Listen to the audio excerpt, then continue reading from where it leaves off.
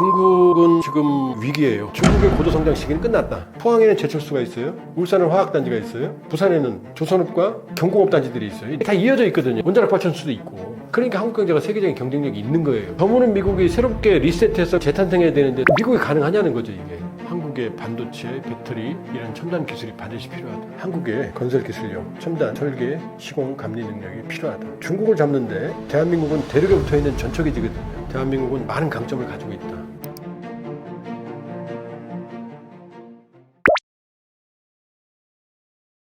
미중 갈등은 숙명입니다. 이 투키디데스의 함정이라는 얘기가 있죠. 충돌할 수밖에 없는, 기존 강국과 신흥 강국이 충돌할 수밖에 없는 지금 그 상황이에요. 왜냐하면 미국은 지금까지 미국의 GDP의 절반을 넘는 존재들을 허용한 적이 없습니다. 자, 1차 세계대전 때 독일, 그때 미국은 별 볼 일 없는 나라였거든요. 독일도 미국의 GDP의 50%를 못 넘었어요. 한참 미치였어요. 히틀러도 못 넘었어요. 히틀러는 뭐 거의 한 4분의 1 정도밖에 안 됐어요. 그 다음에 일본은요. 태평양 전쟁 때 일본의 GDP는 미국의 한 7분의 1 정도밖에 안 됐거든요. 계란으로 바위를 친 거죠. 그 전쟁은 어차피 자살골이었고, 그때 야마모토라고 하는 진주만 공격을 지휘했던, 일본으로 보면은 위대한 군인 장군이죠. 우리를 지금 뭐 별로 좋아할 인간은 아닌데, 그 야마모토는 전쟁을 반대했어요. 미국 가본 경험이 있거든요. 미국이 얼마나 위대한 나라인지 알고 있었거든요. 그러니까 진전쟁이었죠. 시작하면서 진전쟁이었죠. GDP가 7분의 1인데 어떻게 이깁니까? 소련도 전성기 때 미국 GDP의 40% 수준이었거든요. 처음으로 미국 GDP의 50%를 넘은 게 일본이에요. 일본이 1980년대 미국 GDP의 50%를 넘었어요. 일본 인구는 미국 인구의 3분의 1이잖아요. 그 미국보다 훨씬 잘 살았던 거죠. 80년대 여러분들이 여기 시청자들이 연령별이 어떻게 되는지 모르겠네. 연식이 좀 대신 다이하드라든지 그 당시 영화를 보면 사장들이 다 일본인으로 나옵니다. 건물들은 다 뉴욕, 워싱턴의 건물들은 주인들이 다 일본 소니 워크맨, 도요타 자동차. 그런데 이때 미국이 일본을 죽이기 시작합니다. 플라자 합의라는 걸 강요해서 엔고. 그럼 수출이 안 되잖아요. 그때부터 일본은 잃어버린 10년, 20년, 30년, 지금 40년 이렇게 가고 있는 거죠. 그때 내려와서 이렇게 가는 거죠. 지금 일본의 GDP는 최전성기 미국을 넘었다가 지금 25%가 안 돼요. 절반 이상 줄어드는 거죠. 그러니까 일본을 죽인 건 사실은 미국이라고 볼 수가 있죠. 일본이 미국 좋아하는 것 같죠? 일본 지배 엘리트들은 그 뼛속 깊이 미국에 대한 그 반감이 있어요. 니네들이 우리를 죽였지? 라고 하는.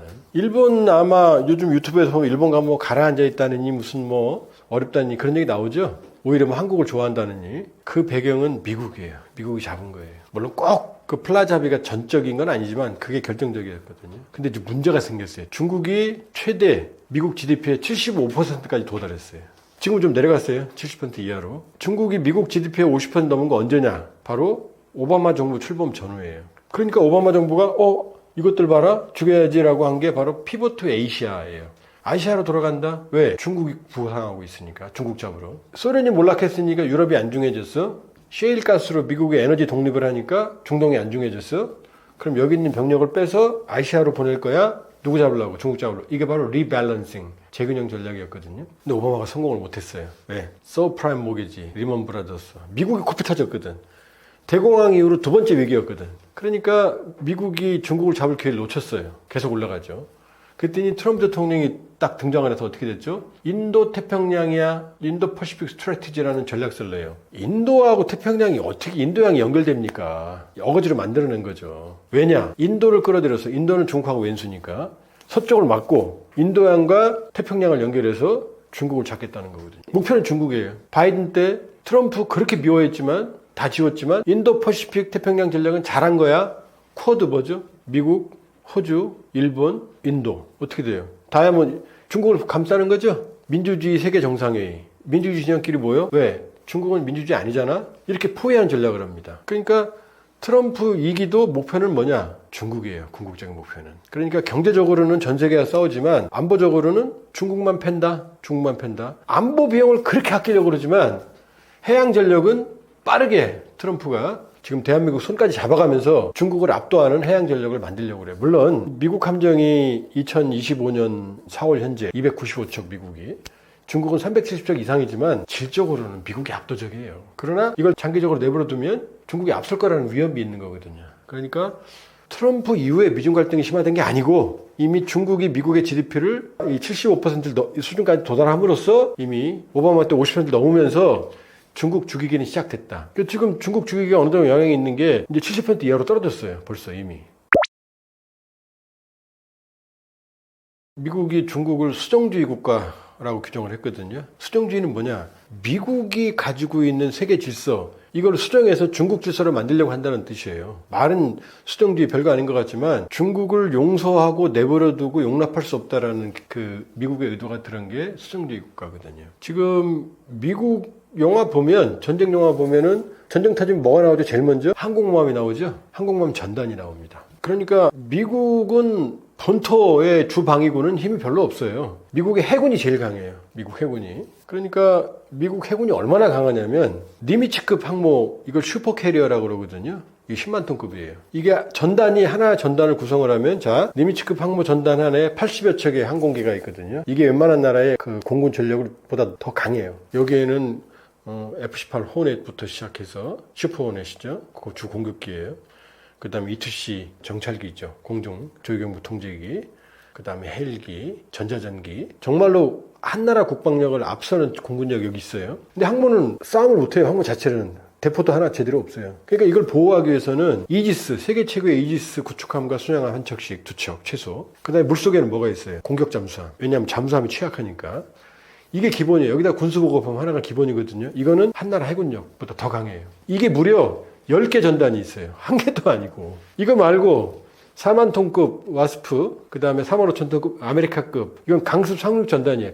4만 톤, 4만 5천 톤 평가판은 다른 나라 다 항공모함이에요. 중형 항공모함이에요. 이 LA, 이 와스프급, 아메리카급, 이 강습 상륙함 전단도 또 전단이 꾸려지는데 이것도 7개예요. 그럼 무려 17개 항모 전단이 있다는 얘기거든요. 중국은요? 없어요. 단 한 개도. 우크라이나에서 수입한 그 중고 수십 년 된 발약을 개조한 랴오닝, 그 다음에 이제 자체 건조한 산둥, 이것도 다 스키 전부대가 있는 중형 항모입니다. 중형 항모와 슈퍼캐리어는 전투력이 중형 항모는 6만 톤 정도 되지만 10만 톤이니까 60% 아니에요. 슈퍼캐리어에 비해서 20-30% 전력도 안 나와요. 항모 전단도 제대로 못 꾸리고 있고, 슈퍼캐리어를 흉내낸 푸젠함이라고 하는 3번함 평가판이 있는데, 이거는 이제 니미츠급 따라서 한 거거든요. 근데 이건 지금 시운전. 미국은 항모 운용 역사가 100년이에요. 따라온다? 절대 못 따라옵니다. 자, 그러니까 미국의 해상 전력이 막강하죠. 그러니까 중국은 여기에 대해서 어떻게 하느냐? A2AD 전략, Anti-Access Air Denial, 반접근 지역 거부 전략,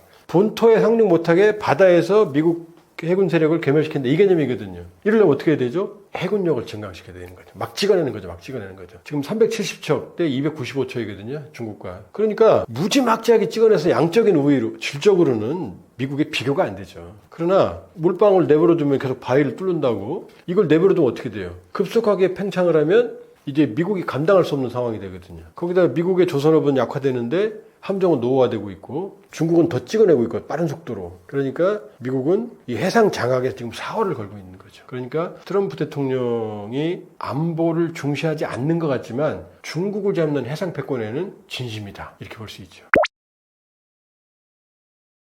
중국은 지금 위기예요. 중국 경제는 바오치 7% 성장 안 하면 안 된다. 바오류 6% 성장하면 안 된다. 이게 왜 고도성장이잖아요. 근데 왜 고도성장이 필요하냐면은 중국은 사회 안전망이나 이런 게 잘 안 돼 있기 때문에 이렇게 성장을 해야만 민심을 유지가 될 수 있거든요. 5%만 해도 어마어마한 성장이죠. 우리를 치면은. 그러나 중국 경제가 이미 10,000불을 넘었어요. 1인당 GDP가 12,000불입니다. 그러면 고도 성장이 안 돼요.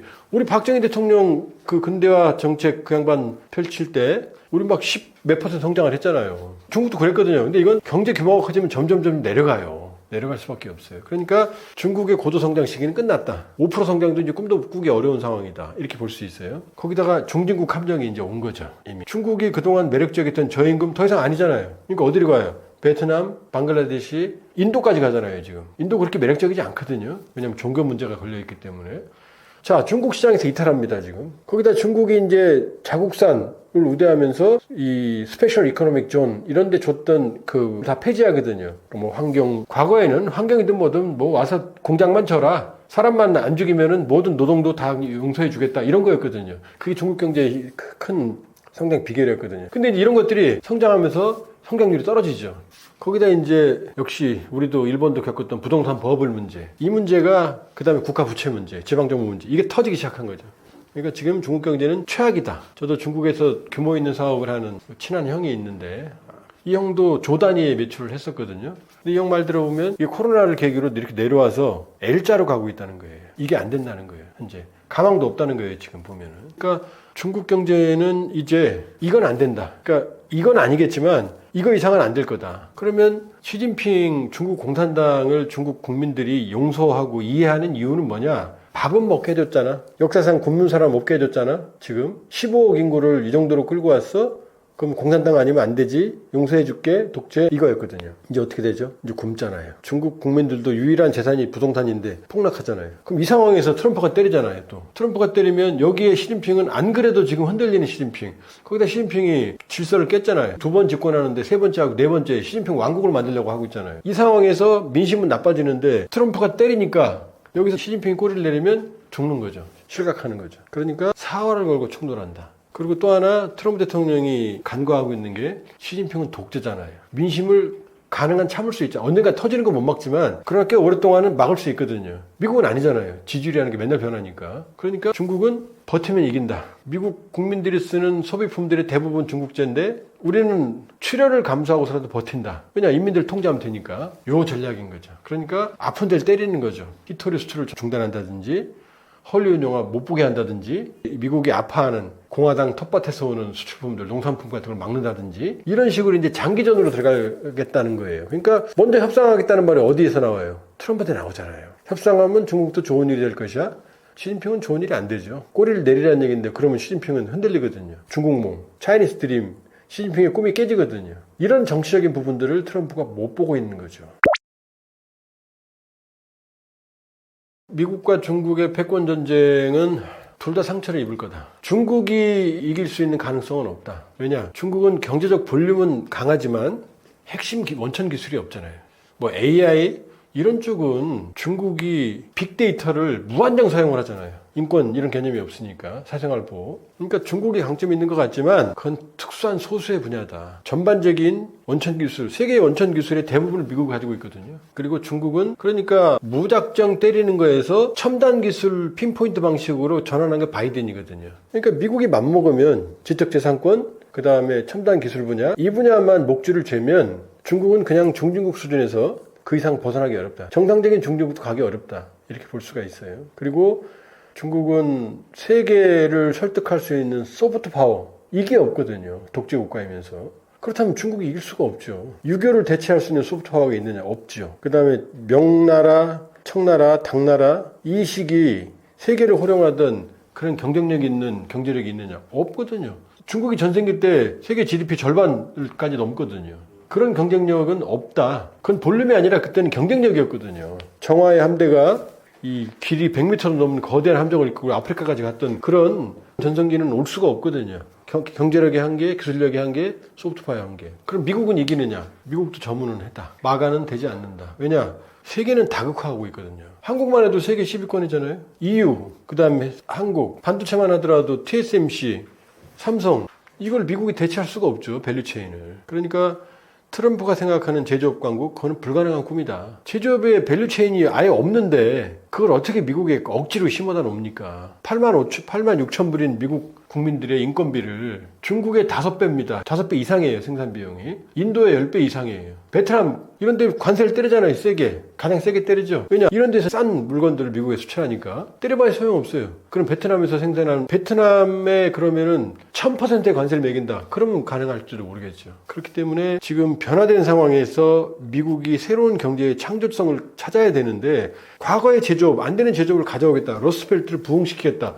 어떻게 됩니까? 인건비가 안 되는데. 자, 미국의 공장을 졌다고 치자고요. 그럼 우리 같은 경우는 왜 매력적이냐면 포항에는 제철소가 있어요. 울산은 화학단지가 있어요. 부산에는 조선업과 경공업 단지들이 있어요. 남해안 벨트. 이게 다 이어져 있거든요. 이렇게. 원자력 발전소도 있고. 그럼 이게 얼마나 매력적인 이 밸류체인이 되느냐. 그러니까 한국 경제가 세계적인 경쟁력이 있는 거예요. 미국이 가능하냐는 거죠, 이게. 조선업 살리겠다 그러지만은 US 스틸은 지금 흔들려서 매각할 상황이고 인건비는 비싸고 제가 간단하게 말씀드리는데 안 되는 거죠. 그러니까 저무는 미국이 새롭게 리셋해서 거기에 맞는 미국의 모습으로 재탄생해야 되는데 트럼프는 과거에 다시 세계를 호령하는 40%의 미국을 생각하는 거 끼니 마가로 나온 거거든요. 거기다 전 세계와의 관세 전쟁, 이 후유증을 극복하기는 어려울 거다.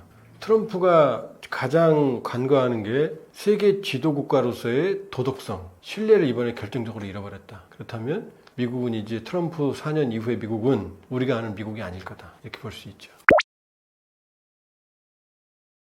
위기는 기회입니다. 위기 때 투자하는 거고, 한국은 경쟁력, 트럼피즘 안에서도 트럼프는 한반도를 주시합니다. 왜냐? 일단 김정은을 만나려고 할 거고요. 협상 때문에. 대한민국의 미국 해군력 재건을 위해서는 조선업이 반드시 필수적이다. 그 다음에 미국, 중국에 의존했던 공급망을 재편하기 위해서는 한국의 반도체, 배터리 이런 첨단 기술이 반드시 필요하다. 그리고 에너지 폐공국을 위한 알래스카 송유관, 가스관 건설을 위해서는 한국의 건설 기술력, 첨단 설계, 시공, 감리 능력이 필요하다. 그렇기 때문에 한국은 필요하다. 그리고 중국을 잡는데 대한민국은 대륙에 붙어있는 전초기지거든요. 일본은 섬이잖아요. 가끔 뭐 중국이 대만 침공 얘기하는데 히틀러 패망의 원인도 도보 해협이었어요. 가장 가까운 데가 34km거든요. 이걸 못 건넜거든요. 근데 중국과 대만 양안 해협은 평균 180km, 가장 짧은 데는 130km거든요. 이 육전에만 강한 중국이 함정 척수를 찍어냈지만 노하우가 없는 중국이, 제대로 된 슈퍼캐리어 전단 하나도 없는 중국이 이 바다를 건넌다고요?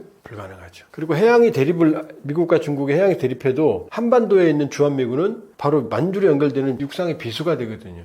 트럼피즘에서도 주한미군은 반드시 필요하다. 그렇기 때문에 대한민국은 많은 강점을 가지고 있다. 이제 트럼프가 거래 중심적이기 때문에 우리도 거래 중심적으로 가야 된다. 동맹은 사랑이다. 사랑 아닙니다. 왜 대한민국 국기하고 성조기를 같이 들고 다니면서 지금 트럼프가 저렇게 보여주는데, 동맹은 거래 관계고 계약 관계고 계약 결혼 같은 거예요. 결혼 때는 서로 최선을 다하지만 서로 계약 관계 끝나면 깨지는 게 동맹이거든요. 그렇게 보면 우리도 거래 중심적으로 가야 된다. 줄 건 줘야 된다. 받을 건 받아야 된다. 따라서 한국의 강점을 토대로 미국과 이제 우리도 당당하게 거래를 해야 된다. 그리고 이제는 노라고 당당하게 말해야 된다. 그리고 그 노라고 했을 때 우리에게 오는 시련, 여기에 대해서는 국민들이 감내해야 된다. 정치권이 이제 뭐 우리가 6월이면 뭐 새로운 정부가 출범합니다만 이 위기를 기회로 바꾸는 리더십이 필요한, 그리고 협상력이 뭔지를 진정으로 보여줘야 되는 시기가 왔다, 이렇게 볼 수 있어요.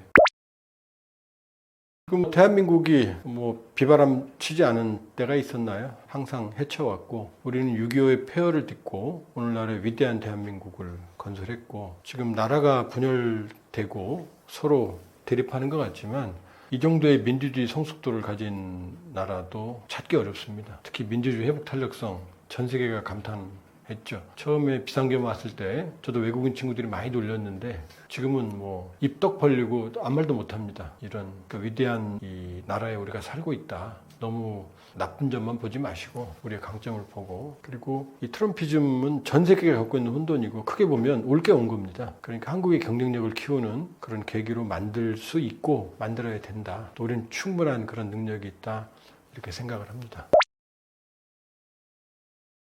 러우 전쟁은 사실은 일진일퇴예요. 크게 보면 러시아가 전장을 지배하고 있지만 그러나 양측 다 상대방을 패퇴시킬 능력은 없다. 왜냐하면 우크라이나가 뚫리게 되면 유럽이 뚫리게 되고, 우크라이나가 지금 열세에 놓이게 되면 서방과 미국이 무기 지원을 더 합니다. 예를 들면 지난해 10월 인민군이 파병이 되니까 그때 바이든 정부가 그토록 러시아를 자극하지 않기 위해서 조심했던 에이테킴스, 그 다음에 스톰시, 영국은 스톰시도, 이 사거리가 에이테킴스는 300이거든요. 이런 러시아 본토 내의 장거리 공격 능력을 허용해줬거든요. 왜냐하면 우크라이나가 뚫리면 안 되니까. 그러니까 러시아가 치고 들어오면 서방과 미국이 무기를 더 주고, 그럼 전선을 안정화시키고, 또 우크라이나가 러시아를 밀고 들어가면 서방과 미국이 말려요. 왜냐? 그럼 푸틴이 핵단추를 누를 수 있으니까. 지금 상황은 휴전 논의가 있으면서 러시아가 밀고 들어오고, 트럼프 대통령, 젤렌스키 우크라이나 지원은 좀 미온적이니까 독일 같은 경우에 이제 드디어 궁극의 무기라고 할 수 있는 타우루스, 이건 사거리가 500km입니다. 공대지 미사일이거든요. 이것도 허용할 의사를 지금 내비치고 있거든요. 만약에 타우루스를 공급하게 되면 모스크바까지 타격이 가능하거든요. 주요 러시아의 후방기지는 다 때릴 수가 있고, 그러니까 이런 식으로 지금 그 균형을 맞추고 있기 때문에 전선은 사실상 교착되어 있는 상황이다, 이렇게 볼 수 있어요. 따라서 뭐 계속 유튜브에서 뭐 어디가 일방적이다, 그거는 소규모 전투, 고지전 차원인 거지. 물론 뭐 평원입니다만. 그렇기 때문에 지금은 어디가 압도적이지 않다. 이렇게 볼 수가 있고. 일부 러시아가 진격하면 우크라이나도 진격하고. 이게 반복되는 개념이거든요. 그런데 아무래도 러시아가 병력이나 이런 면에서 우세하니까 전장에서는 전반적으로는 우세하다. 이렇게 볼 수가 있고요. 최근 전투가 격화하고 있는 이유는 바로 트럼프발 휴전 때문입니다. 그러니까 2월 말 3월 초까지만 해도 트럼프발 종전 논의가 있었는데 종전은 어렵죠. 왜냐하면 러시아가 우크라이나 영토 5분의 1을 장악하고 있고 남한 면적입니다. 이걸 반환할 의사가 전혀 없기 때문에 여기에서 이제 충돌하니까 종전은 어렵죠. 지금은 휴전으로 이 개념이 바뀌었어요. 그럼 뭐 휴전을 할 수 있는 거니까. 근데 휴전을 하게 되면 마지막 자국의 병사가 있는 그 지역이 국경이 돼버리니까 한 채의 땅을 더 뺏기 위해서 지금 전투는 격화되고 있다. 그리고 지금 이제 젤렌스키는 휴전을 빨리 하고 싶어 하고 푸틴은 본인들이 유리하니까 좀 이제 질질 끄는 그런 흐름인데, 그러나 트럼프가 푸틴한테 준 시간은 4월 말까지다. 만일에 말을 안 들으면, 그러니까 트럼프는 푸틴을 좋아하는 게 아니에요. 자기들 돈 들어가는 걸 빨리 끝내는 게 목적이기 때문에 필요하면 푸틴 손 들었다, 필요하면 젤렌스키 손 들었다, 이런 거거든요. 그러니까 러시아 수출품의 60%가 석유, 가스입니다. 여기에 관세를 매기겠다, 트럼프의 생각이에요. 25%. 뭐 25% 관세가 뭐 센가? 근데 이게 그냥 관세가 아니고 세컨더리 보이콧이라는 거예요. 그러니까 러시아에 매기는 게 아니고, 러시아에도 매기지만 러시아의 석유를 사가는 나라한테 매기는 거예요. 무슨 얘기냐면, 만일에 우리가 러시아의 석유를 사면 우리가 미국에 수출품을 보낼 때 모든 물품에 25%의 관세를 매기겠다는 겁니다. 그게 4월 말까지거든요. 푸틴한테 준 시간이. 그럼 중국이나 인도가 지금 가스 석유를 러시아에서 싼 값에 사가는데, 그러면 중국이 만일에 사가는 게 확인이 되면 중국이 25% 관세를 더 내야 되는 거거든요. 그러니까 푸틴도 무작정 버티기는 어렵다, 이렇게 볼 수 있죠. 푸틴은 안전하죠. 푸틴은 우리 생각과 다르게 70~80%의 지지도를 계속 유지하고 있어요. 그리고 러우 전쟁도 러시아 국민들은 지지해요. 우리 생각과 다릅니다. 왜냐하면 러시아 입장에서는 이게 명분이 있는 전쟁이거든요. 우크라이나 입장에서는 억울한 전쟁이고. 왜냐하면 푸틴의 권력의 핵심은 뭐냐면 러시아인들의 상실감입니다. 러시아인들은 우크라이나를 자국의 영토라고 생각해요. 우크라이나 국민들하고 다른 거죠. 그리고 소련이 붕괴하면서 세계 최고의 양강을 구도를 형성했던 소련이 무너지면서 러시아인들은 자기들이 세계 최고의 강국이 그냥 일반적인 국가 중에 하나로 몰락했다는 상실감을 가지고 있거든요. 그러니까 푸틴이 이제 그레이트 러시아 외치면서 우크라이나를 공격을 하고, 이러니까 러시아인들은 자기들이 소련 시대로 돌아가는 걸로 착각을 해요. 그리고 고유가 시절, 푸틴이 들어서면서 고유가가 형성이 되면서 러시아에 막대한 오일머니가 들어왔거든요. 이걸로 전쟁 준비를 한 거예요, 사실은 푸틴이. 그리고 먹을 거 사다가 풀어주니까 경제적으로 풍요로웠다고 착각을 한 거죠, 지금. 산업은 없는데. 이게 이제 푸틴 집권의 배경이고 러우 전쟁의 배경이거든요. 물론 우크라이나가 러시아 뿌리는 같고 오랫동안 러시아 영향이 있었지만 우크라이나의 독립적인 정체성이 있거든요. 우크라이나를 자기들의 영역, 뭐 조폭들 말로 나와버리라고 그러죠. 생각하는 러시아가 충돌한 거거든요. 그러니까 러시아인들은 전쟁을 했다가 문제가 아니고 왜 빨리 젤렌스키를 굴복을 못시, 이게 불만이거든요. 그러니까 지금 상황은 푸틴이 우크라이나 영토 5분의 1을 점령한 상황에서 휴전할 가능성이 높기 때문에 푸틴은 권력은 큰 문제가 없을 거다. 문제는 젤렌스키죠. 왜냐하면 젤렌스키는 지금 전쟁 직전의 지지율은 23%밖에 안 됐어요. 부정부패로 얼룩졌었고 정말 코미디언 출신답게 정치도 코미디언처럼 했거든요. 집권한 이후에 자기 코미디 스튜디오에 있는 사람들 무려 30여 명을 국가요직의 국정원장을 포함해서, 우리를 치면 대통령 비서실장 포함해서 나라가 돌아갈 리가 없죠. 그 상황에서 전쟁이 터졌거든요. 전쟁 터지고 나서는 지지율이 90%가 올라갔어요. 나라를 지키는 이미지를 만들었으니까. 지금도 보면 틈만 나면 젤렌스키 텔레비에 나오거든요. SNS 하거든요. 군복 입고. 그거 다 대변인들이 하면 되거든요. 다 지가 하거든요. 그러니까 전쟁 마케팅의 아주 달인이라고 볼 수가 있거든요. 왜냐? 그게 본인의 정권 유지의 수단이니까. 그러니까 2월 28일 날 트럼프하고 싸운 것도, 싸우고 나서 국내 지지율이 확 올라갔거든요. 지금 젤렌스키는 이미 임기가 지났어요. 지난해 5월이 대통령 임기인데 지난해 3월에 선거를 했어야죠. 근데 계엄, 전쟁 중에는 전쟁을 안 할 수 있는 조항이, 법조항이 있기 때문에 지금 버티고 있는데, 그런데 잘루즈니라고 해서 젤렌스키 최대의 정적, 우크라이나 총사령관이었거든요. 이 사람은 꽤 괜찮은 군인이었어요. 싸움도 잘했고. 근데 이 사람 지지율은 거의 90%에 육박해요. 신뢰도가. 쫓아냈죠. 쫓아내 지금 영국 대사로 지금 쫓겨가 있는데, 그럼 젤렌스키 입장에서는 영토 5분의 1을 뺏긴 상태에서 휴전할 가능성이 높기 때문에 젤렌스키는 지금 속이 타죠. 그러니까 어떻게든 푸틴을 최대한 골탕 먹이는 상황에서 휴전을 해야 되기 때문에 이 젤렌스키가 무리를 좀 많이 하죠, 전쟁에서. 따라서 푸틴과 젤렌스키는 입장이 다르다 이렇게 볼 수 있어요.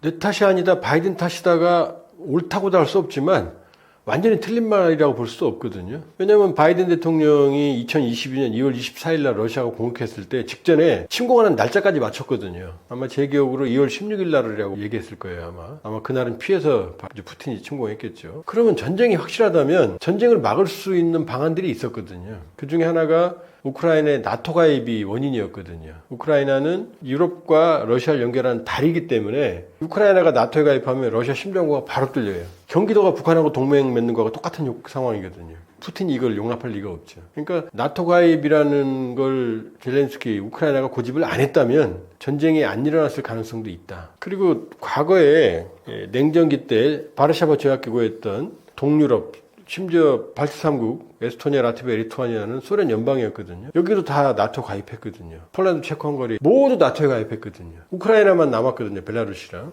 벨라루시는 뭐 푸틴이랑 뭐 자웅동체니까 두 독재자끼리. 그러니까 나토 가입 이 문제를 가지고 협상을 했다면 전쟁이 안 일어났을 가능성도 배제할 수 없다. 젤렌스키도 역시 마찬가지입니다. 물론 뭐 역사라는 건 가정은 없지만 그 트럼프는 본인이었다면 그걸 막을 수 있었다고 얘기를 하는 거고요. 그리고 트럼프의 목표는 전쟁의 조기 종식이에요. 누가 유리하든 아무 상관없어요. 젤렌스키를 지원하면 빨리 끝난다 그러면 젤렌스키를 지원할 거고 푸틴을 지원하면 빨리 끝난다 그러면 푸틴을 지원할 거예요. 그러니까 목표는 누가 아닙니다. 젤렌스키도 푸틴도 나토도 아니에요. 무조건 빨리 끝내는 거거든요. 그러니까 젤렌스키가 2월 28일 날 트럼프 대통령 워싱턴에서 싸우니까 무기 공급을 중단해 버렸어요. 정보랑. 그래서 우크라이나 군이 점령하고 있던 쿠르스크가 다 뚫렸어요. 거의 다 뺏겼습니다. 5, 6, 7%까지 뺏겼거든요. 그 다음에 이제 젤렌스키가 잘못했다고 사과하고 광물 협정한다고 그러니까 무기 공급을 다시 줬거든요. 그때는 또 거꾸로 우크라이나가 쿠르스크 밑에 있는 벨고로드라고 하는 러시아 땅을 또 침략을 해요, 오히려. 그리고 푸틴이 이제 휴전에 미온적이니까 이제 세컨드리 보이콧, 석유, 가스에 관세를 부과하겠다. 이 전략이거든요. 그러니까 4월 말까지 만일에 휴전이 안 되면 트럼프는 극단적인 수단을 쓸 수도 있다. 트럼프든 젤렌스키든. 그러니까 4월 말 5월 초가 휴전 가능성이 매우 높다. 그리고 5월 9일이 러시아 전승절이거든요. 2차 세계대전. 이때 시진핑도 초청을 했어요. 푸틴이. 갈 가능성이 높아요. 그리고 김정은도 갈 가능성이 좀 있는 상황이에요, 지금. 그러면 이 자리에서 푸틴은 러우전쟁 승리를 선언하려고 하는 의도가 있다는 게 모스크바에 있는 친구들이 전해주는 얘기이기 때문에 이때쯤 되면 거의 휴전의 윤곽이 드러날 가능성이 있다. 물론 이제 변수가 많으니까 두고 봐야 되지만 따라서 트럼프도 이걸 알고 있고 아마 4월 말을 마지노선으로 트럼프는 생각을 하는 것 같다. 휴전에. 이렇게 볼 수 있어요.